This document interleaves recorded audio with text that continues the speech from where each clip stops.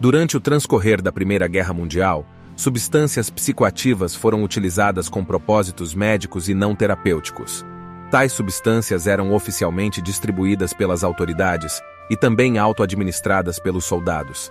Sedativos como álcool, substâncias narcóticas, estimulantes e opiáceos auxiliavam os soldados a aliviar a dor física e emocional, relaxar e aliviar os terríveis aspectos do conflito, embora não sem consequências. Essa era uma época anterior à regulamentação e conscientização sobre drogas, e o cenário não poderia ter sido diferente em relação a qualquer outra guerra subsequente. Damos as boas-vindas ao Abismo Consciente. Hoje, vamos explorar como eram as substâncias utilizadas durante a Grande Guerra, que ocorreu de 1915 a 1919, e como elas proporcionaram auxílio às pessoas. A divina drogaria do sono. Quando se trata de analgésicos, infelizmente houve pouca mudança entre o período da Guerra Civil Americana e o início da Primeira Guerra Mundial. A arte dos alívios da dor ainda girava em torno da morfina, pois esse narcótico controverso era frequentemente administrado para mitigar o sofrimento dos feridos. Estilhaços de explosões de granadas rasgavam a carne e despedaçavam os ossos, causando ferimentos horripilantes nos rins, pulmões e bexiga, além de mutilações faciais. Lesões como essas resultavam em sofrimento agonizante, uma angústia que só poderia ser combatida pelo analgésico mais poderoso, o sulfato de morfina, nomeado apropriadamente em homenagem a Morfeu, o deus grego do sono. No entanto, a morfina não deve ser tomada de forma negligente, já que não é um entorpecente para ser tratado com despreocupação.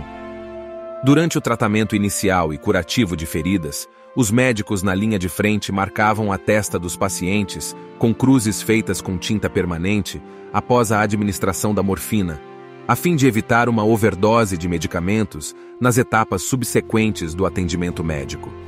Uma dose recomendada amplamente aceita era 1/4 de grãos, ou 16 miligramas. No entanto, apesar de todas as precauções, os pacientes receberam erroneamente o narcótico mais de uma vez, e os gravemente feridos receberam intencionalmente quantidades maiores para aliviar sua dor extremamente intensa. Devido ao caos causado pela guerra, tornava-se praticamente impossível evitar tais erros. Além disso, os feridos automedicavam-se com morfina enquanto aguardavam ajuda profissional. Uma das desvantagens da overdose de morfina era que a droga obscurecia o quadro clínico e dificultava um diagnóstico adequado. Com frequência, a equipe nas estações de triagem e hospitais não conseguia determinar se a condição de um paciente resultava de uma ingestão excessiva de morfina ou de seus ferimentos. Preocupações com o vício persistente em morfina e o consumo excessivo nas enfermarias militares fizeram com que vários médicos argumentassem que seria melhor que os pacientes suportassem a dor até chegarem às estações de tratamento avançado. Talvez o caso mais famoso de um paciente transformado em um morfinômano tenha sido um as da aviação e, posteriormente, um membro poderoso da elite nazista e comandante-chefe da Luftwaffe, Hermann Göring. No entanto, como nenhuma alternativa igualmente potente estava disponível, a morfina permaneceu como a opção preferida para analgésicos. Mas aqueles foram os dias em que os opioides não apenas dominaram os analgésicos, mas também foram o método preferido para acalmar os bebês durante a noite. A morfina também era frequentemente utilizada para a eutanásia de soldados mutilados além da recuperação, e a administração de uma substância letal era a única forma de permitir que descansassem. Um soldado britânico, recordando as graves baixas na Batalha de Aubers Ridge, em maio de 1915, lembrou-se de um homem que não possuía olhos, nariz, queixo, boca e, no entanto, continuava vivo. Como a medicina ainda não estava suficientemente avançada para lidar com vítimas tão terríveis, uma dose humanitária 4 vezes mais elevada de morfina foi administrada para aliviar as vítimas de seu sofrimento, mas frequentemente médicos e sargentos não tinham coragem de tomar essa decisão difícil e precisavam confiar em enfermeiras e soldados rasos.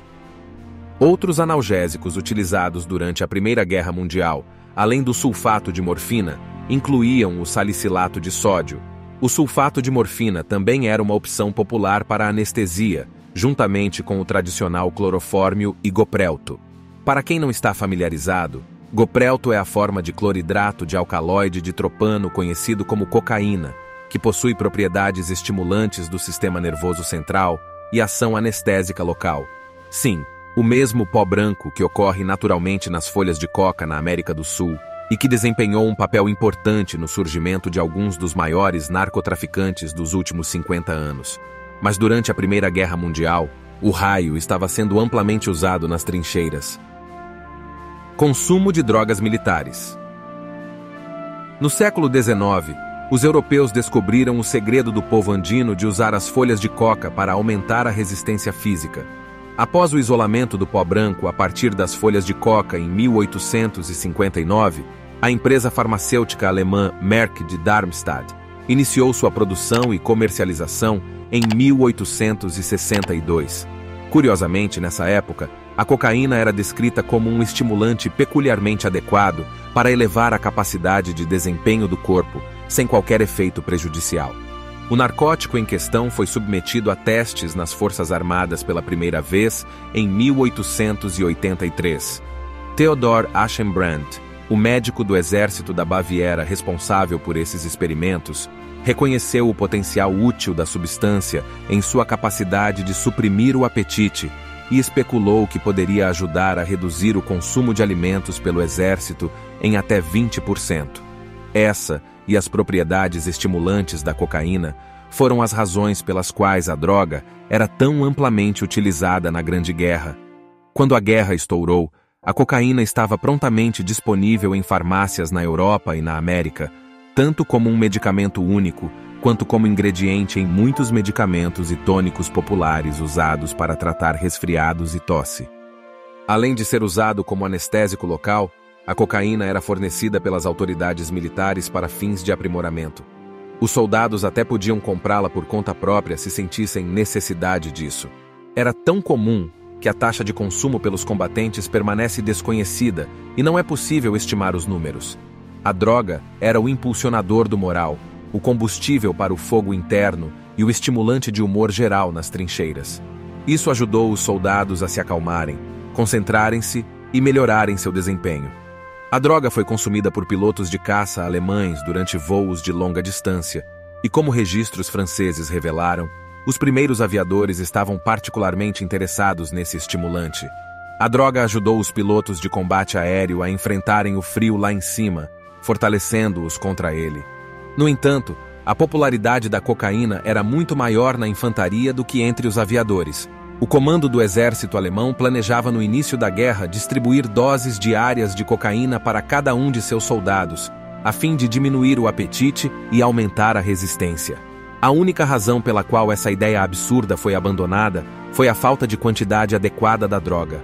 Por outro lado, os britânicos também distribuíram a droga sob o código Marcha Forçada e a disponibilizaram na forma de uma pílula revestida de gelatina. Além da cocaína, essa pequena pílula também continha extrato de noz de cola para melhorar o sabor do estimulante. A renomada loja Harrods oferecia pequenos conjuntos de morfina e cocaína com seringas e agulhas. Foi anunciado no Times como um presente útil para amigos no front, enquanto a conhecida farmácia Savory & Moore vendia um kit médico por correspondência contendo cocaína e heroína. Movimentos de controle de drogas. A aceitação da cocaína não durou a guerra inteira. Enquanto a França acusava a Alemanha de contrabandear o pó da alegria para cidades e trincheiras francesas para minar seus esforços de guerra, também houve amplos protestos contra o uso da droga na Grã-Bretanha. A mídia e os políticos britânicos estavam alimentando um medo nacional das drogas colombianas e retratando os narcóticos como mais mortais do que as balas inimigas. Essa histeria foi resultado de uma grande descoberta feita por autoridades canadenses em 1916, de que um grupo baseado em Londres e seu agente estavam distribuindo cocaína para suas unidades. A investigação revelou que aproximadamente 40 homens em um acampamento local haviam desenvolvido dependência. O caso serviu como uma desculpa conveniente para o início da campanha contra as drogas, que encontrou apoio em meio às ansiedades e desconfianças do país durante a guerra. No final de 1915, a empresa Merck enfrentou uma drástica redução na produção anual de cocaína para apenas 447 quilos, em comparação com quase 9 mil quilos em 1913. A guerra interrompeu o comércio internacional e impediu o fornecimento de folhas de coca peruana às fábricas europeias. Com políticos e mídia alimentando a ideia, o pânico moral em relação à cocaína gerou um movimento geral contra as drogas. Em 11 de maio de 1916, o Conselho do Exército Britânico emitiu uma ordem proibindo a venda ou fornecimento não autorizado de substâncias psicoativas a qualquer membro das Forças Armadas, exceto por motivos médicos e apenas mediante prescrição. Por um lado, a Primeira Guerra Mundial facilitou o aumento do consumo de narcóticos como a cocaína e a morfina, mas também abriu caminho para abordagens nacionais abrangentes de controle de substâncias. Pode não ter sido capaz de erradicar completamente o uso de drogas durante a guerra, como evidenciado pelo uso de estimulantes na Segunda Guerra Mundial e pela presença de drogas na Guerra do Vietnã. No entanto, certamente foi o primeiro passo para reconhecer e enfrentar os efeitos prejudiciais dessas substâncias nos soldados. Deixe-nos saber nos comentários qual outra guerra você gostaria que abordássemos nesta série. E como sempre, obrigado por assistir ao canal Abismo Consciente.